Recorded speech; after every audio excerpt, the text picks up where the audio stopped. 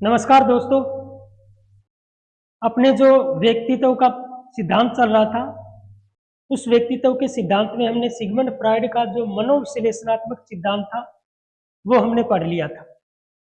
तो Sigmund Freud ने मनोविश्लेषणात्मक सिद्धांत दिया, उसके साथ साथ सिगमंड फ्रायड ने कुछ ग्रंथि और मूल प्रवृत्तियों का भी जिक्र किया। तो ये ग्रंथियां कौन कौन सी हैं और कौन सी वो मूल प्रवृत्तियां हैं, उनसे डिपर्सन आने की ज़्यादा संभावना है, बहुत ही महत्वपूर्ण है वो, तो ये भी आपको आनी चाहिए।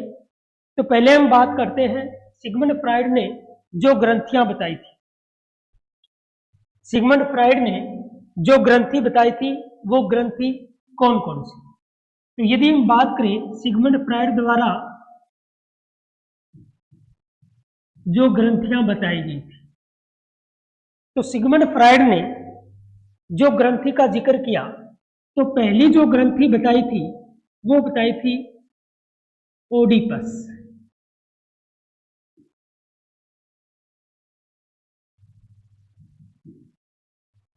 कौन सी ग्रंथि का जिक्र किया था अभी? ओडिपस नामक ग्रंथि का जिक्र किया था। अब ये ओडिपस ग्रंथि क्या है? यदि हम ओडिपस ग्रंथि की बात करें तो ये लड़कों में होती है। किसमें होती है अभी? लड़कों में। बहुत बार प्रश्न पूछ लिया जाता है कि ओडिपस जो ग्रंथि होती है, बहुत बार प्रश्न पूछ लिया जाता है कि जो ओडिपस ग्रंथि होती है ये किसमें विद्यमान होती है? तो ये लड़कों में विद्यमान होती है। तो ओडिपस जो ग्रंथि होती है ये किसमें होती है? ये होती है लड़कों में।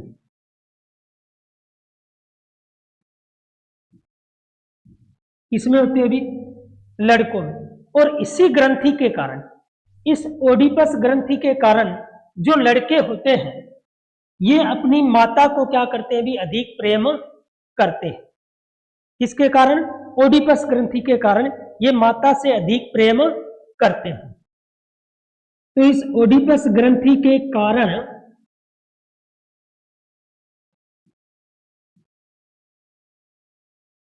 जो लड़के होते हैं, लड़के अपनी माता से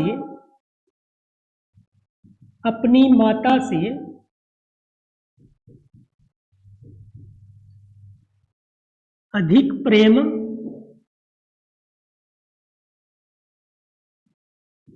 करते हैं। कौन सी ग्रंथि के कारण? ओडिपस ग्रंथि के कारण। ओडिपस ग्रंथि किसमें विद्यमान होती है? यदि आपसे प्रश्न पूछे तो किसमें होती है? लड़कों में होती है।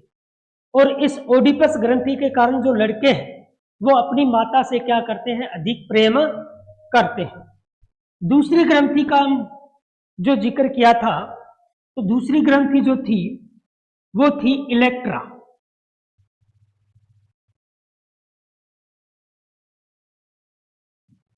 कौन सी ग्रंथि थी भी? इलेक्ट्रा। तो जो दूसरी ग्रंथि का जिक्र किया सिगमंड फ्रायड ने, उस ग्रंथि का नाम था इलेक्ट्रा। और ये किसमें विद्यमान होती है? इलेक्ट्रा नामक ग्रंथि यदि पूछे किसमें विद्यमान होती है, तो ये होती है लड़की में। किसमें होती है भी? लड़की में होती है। और इसी इलेक्ट्रा ग्रंथि के कारण जो लड़की है वो किससे अधिक प्रेम करती है? अपने पिता से अधिक प्रेम करती है। कौन सी ग्रंथि के कारण? इलेक्ट्रा। तो इलेक्ट्रा ग्रंथि के कारण जो लड़की होती है वो अपने पिता से अधिक प्रेम करती है। तो इस ग्रंथि के कारण जो लड़की है वो पिता से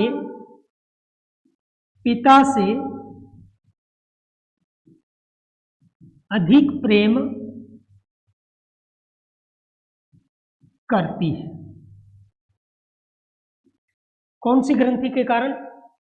इलेक्ट्रा ग्रंथि के कारण। तो इलेक्ट्रा ग्रंथि के कारण जो लड़की है वो अपने पिता के प्रति अधिक प्रेम करती है। और ओडिपस ग्रंथि के कारण जो लड़के होते हैं वो अपनी माता के प्रति अधिक प्रेम करते हैं। तीसरी ग्रंथि की यदि हम बात करें, तो तीसरी जो ग्रंथि थी वो थी नोर्सिसिज्म।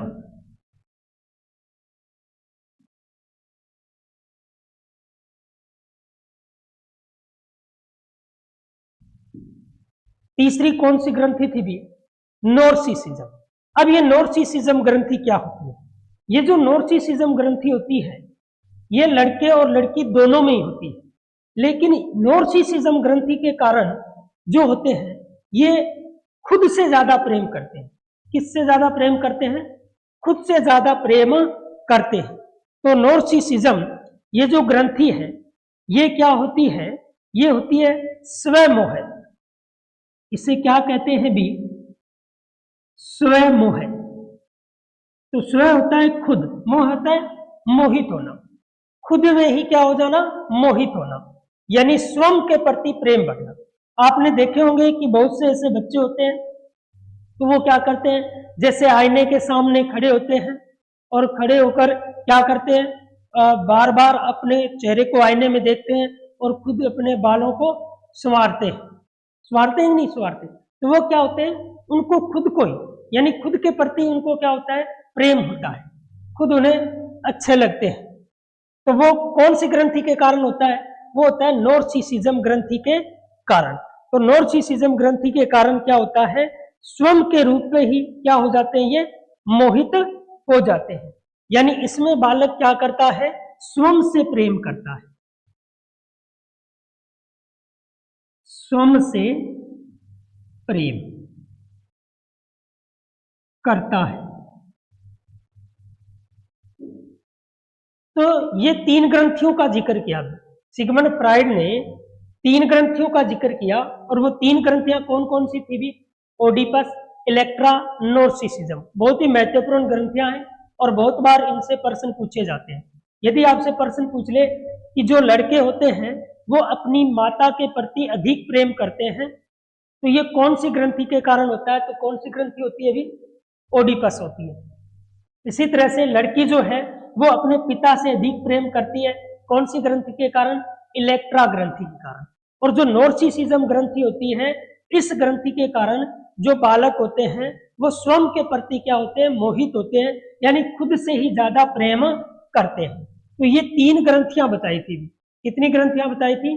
तीन ग्रंथियां बताई थी। तीनों ही बहुत ही महत्वपूर्ण है, याद रखना। अब उसके बाद सिगमंड फ्राइड ने मूल प्रवृत्तियों का भी जिक्र किया था। मूल प्रवृत्तियां। तो सिगमंड फ्राइड ने कुछ मूल प्रवृत्ति भी बताई थी, और वो मूल प्रवृत्ति भी बहुत ही महत्वपूर्ण है, उनसे भी प्रश्न पूछे जा सकते हैं। तो सिगमंड फ्राइड ने कितनी मूल प्रवृत्तियों का जिक्र किया था? तो इन्होंने जो मूल प्रवृत्ति बताई थी वो दो बताई थी। कितनी मूल प्रवृत्तियां बताई? अभी दो मूल प्रवृत्तियां बताई। सिगमंड फ्राइड ने कितनी मूल प्रवृत्तियां बताई थी भी? दो मूल प्रवृत्तियां बताई थी। यदि उन मूल प्रवृत्तियों की हम बात करें तो पहली जो मूल प्रवृत्ति है वो है जिजीविसा। कौन सी है भी? जिजीविसा। तो पहली जो मूल प्रवृत्ति थी जिजीविसा, कौन सी थी भी? जिजीविसा। तो जो पहली मूल प्रवृत्ति थी वो कौन थी? कौन सी थी भी? जिजीविसा। जिजीविसा होता है जीने की इच्छा, यानी जीवन मूल प्रवृत्ति थी। तो इसको क्या कहा जाता है? इसे कहा जाता है जीवन मूल प्रवृत्ति। तो पहली कौन सी प्रवृत्ति थी भी? जिजीविसा, यानी जीवन मूल प्रवृत्ति। जीवन मूल प्रवृत्ति। तो जीवन मूल प्रवृत्ति की यदि हम बात करें, जीवन मूल प्रवृत्ति कौन सी थी? तो जीवन मूल प्रवृत्ति है, ये क्या होती है भी? ये निर्माणकारी होती है, ये सृजनशील होती है। तो इस प्रकार की जो मूल प्रवृत्ति होती है वो क्या होती है? निर्माणकारी होती है।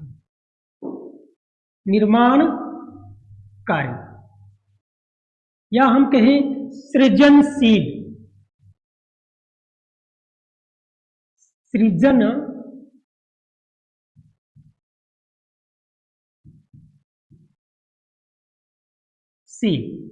तो इस प्रकार के जो मूल प्रवृत्ति के होते हैं वो क्या होते हैं? निर्माणकारी होते हैं। क्या होते हैं?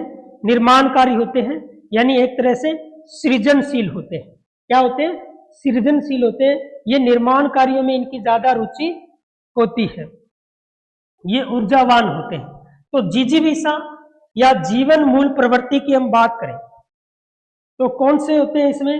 जो निर्माणकारी कार्य करते हैं। जो क्या करते हैं? निर्माणकारी कार्य करते हैं, यानी सृजनशील होते हैं। ये ऊर्जावान होते हैं, किसी न किसी तरह का निर्माण करते रहते हैं। तो वो कौन से होते हैं? जिजीविषा या जीवन मूल प्रवृत्ति। सिगमंड फ्राइड ने इस प्रवृत्ति को इरोस शब्द से, इस प्रवृत्ति के लिए कौन से शब्द का प्रयोग किया है? भी इरोस शब्द का प्रयोग किया है।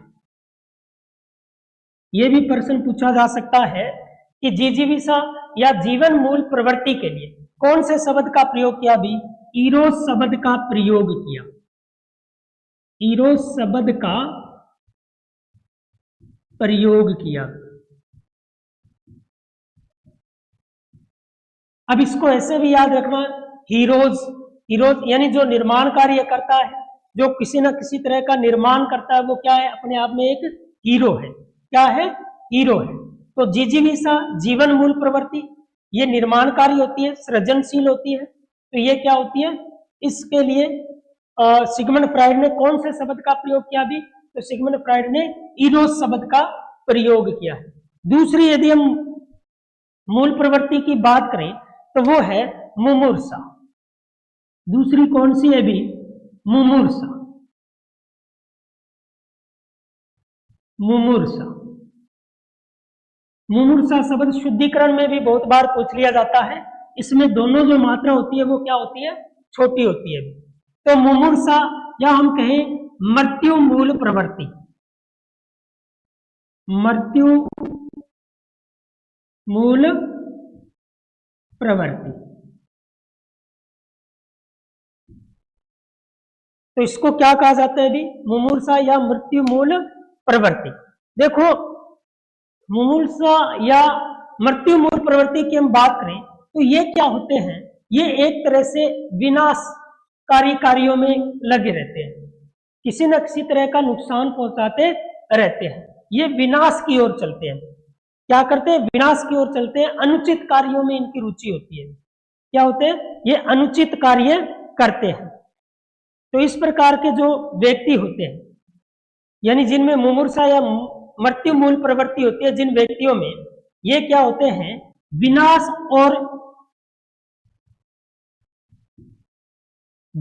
और विध्वंसकारी होते हैं। विध्वंसकारी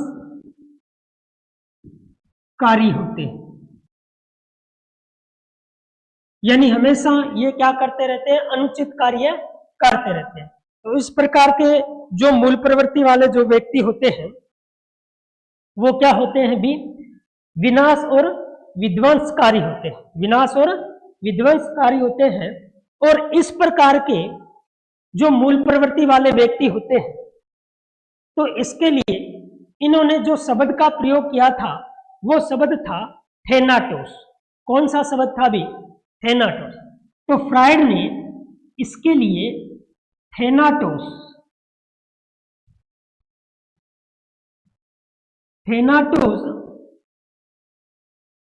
शब्द का प्रयोग किया। थेनाटोस शब्द का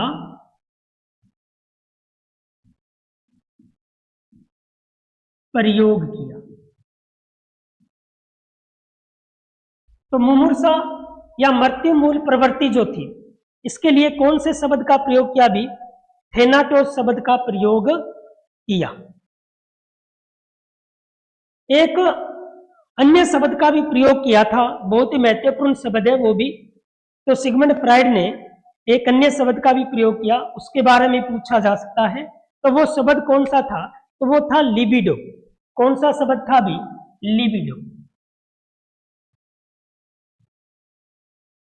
इसके बारे में भी बहुत बार प्रश्न पूछ लिया जाता है कि लिबिडो क्या है। यदि हम लिबिडो की बात करें, ये क्या है? ये एक काम भावना है। क्या है? भी काम भावना। तो जिनमें काम भावना होती है, जिन व्यक्तियों में काम भावना होती है, उसके लिए कौन से शब्द का प्रयोग किया? भी लिबिडो शब्द का प्रयोग किया। तो लिबिडो शब्द का जो प्रयोग किया है वो किसके लिए किया है भी? काम भावना का।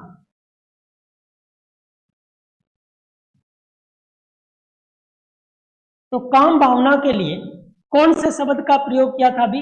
लिबिडो शब्द का प्रयोग किया था। और सिगमंड फ्राइड ने यह भी कहा था कि इस काम भावना को दमन नहीं करना चाहिए। इस काम भावना का क्या नहीं करना चाहिए? दमन नहीं करना चाहिए। यदि इस काम भावना का हम दमन करने का प्रयास करते हैं, तो यदि हम क्या करते हैं, इस काम भावना का यानी लिबिडो का दमन करने का प्रयास करते हैं, दमन करने का प्रयास करते हैं, ठीक है ना। यदि हम दमन करने का प्रयास करते हैं तो ऐसी स्थिति में जो व्यक्ति होता है वो क्या हो जाता है? कुसमायोजित हो जाता है। तो इसके दमन करने के प्रयास से, दमन करने के प्रयास से व्यक्ति क्या हो जाता है भी? व्यक्ति कुसमायोजित हो जाता है। कुसमायोजित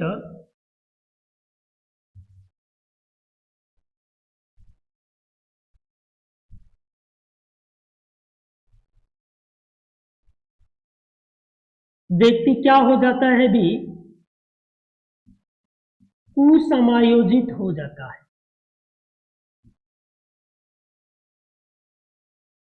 जब भी हम लिबिडो का या काम भावना का दमन करने का प्रयास करते हैं तो व्यक्ति क्या हो जाता है?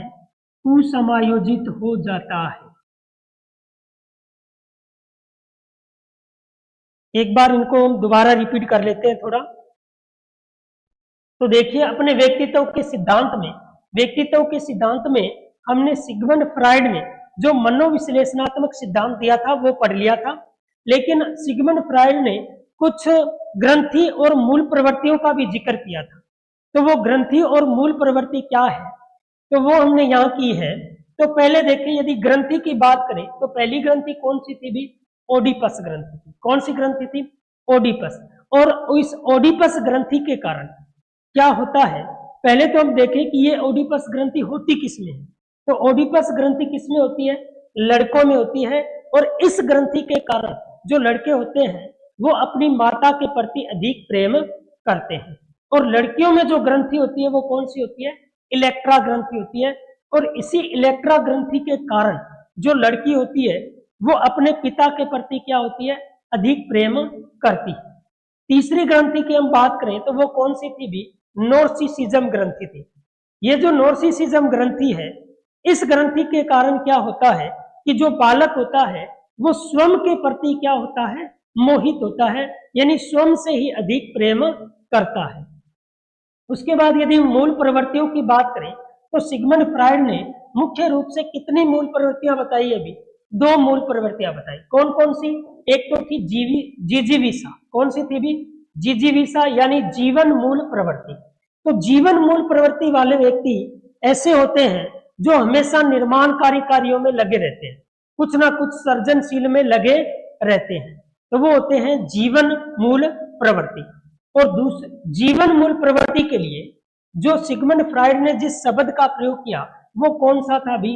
इरोस था। कौन सा था? इरोस। ऐसे याद रखना, हीरोस होता है वो कुछ ना कुछ नया निर्माण करता रहता है। उसके बाद हम देखें मुमूर्षा। दूसरी कौन सी मूल प्रवृत्ति बताई भी? मुमूर्षा या मृत्यु मूल प्रवृत्ति। मुमूर्षा या मृत्यु मूल प्रवृत्ति की हम बात करें तो इस प्रकार के मूल प्रवृत्ति वाले व्यक्ति क्या होते हैं? कुछ ना कुछ विनाशकारी कार्य करते रहते हैं, यानी ये अनुचित कार्य करते रहते हैं। और इसके लिए जो शब्द का प्रयोग किया फ्राइड ने वो कौन सा था भी? थेनाटोस। कौन सा था भी? थेनाटोस। कैसे याद रखोगे? नाटोस यानी नाटो, नटना, कि किसी भी निर्माण कार्य के लिए ये क्या करता है? नटता है, इनकार करता है। नाटोस, ठीक है ना। तो थेनाटोस। तो इसके लिए कौन से शब्द का प्रयोग किया भी? थेनाटोस शब्द का प्रयोग किया। अब सिगमंड फ्राइड ने जो काम भावना होती है, क्या होती है भी? जो काम भावना होती है उस काम भावना के लिए एक शब्द का प्रयोग किया था और वो शब्द कौन सा था भी? लिबिडो था। कौन सा शब्द था? लिबिडो था। बहुत बार प्रश्न पूछा जाता है कि लिबिडो शब्द का प्रयोग किसके लिए किया है, तो किसके लिए किया है?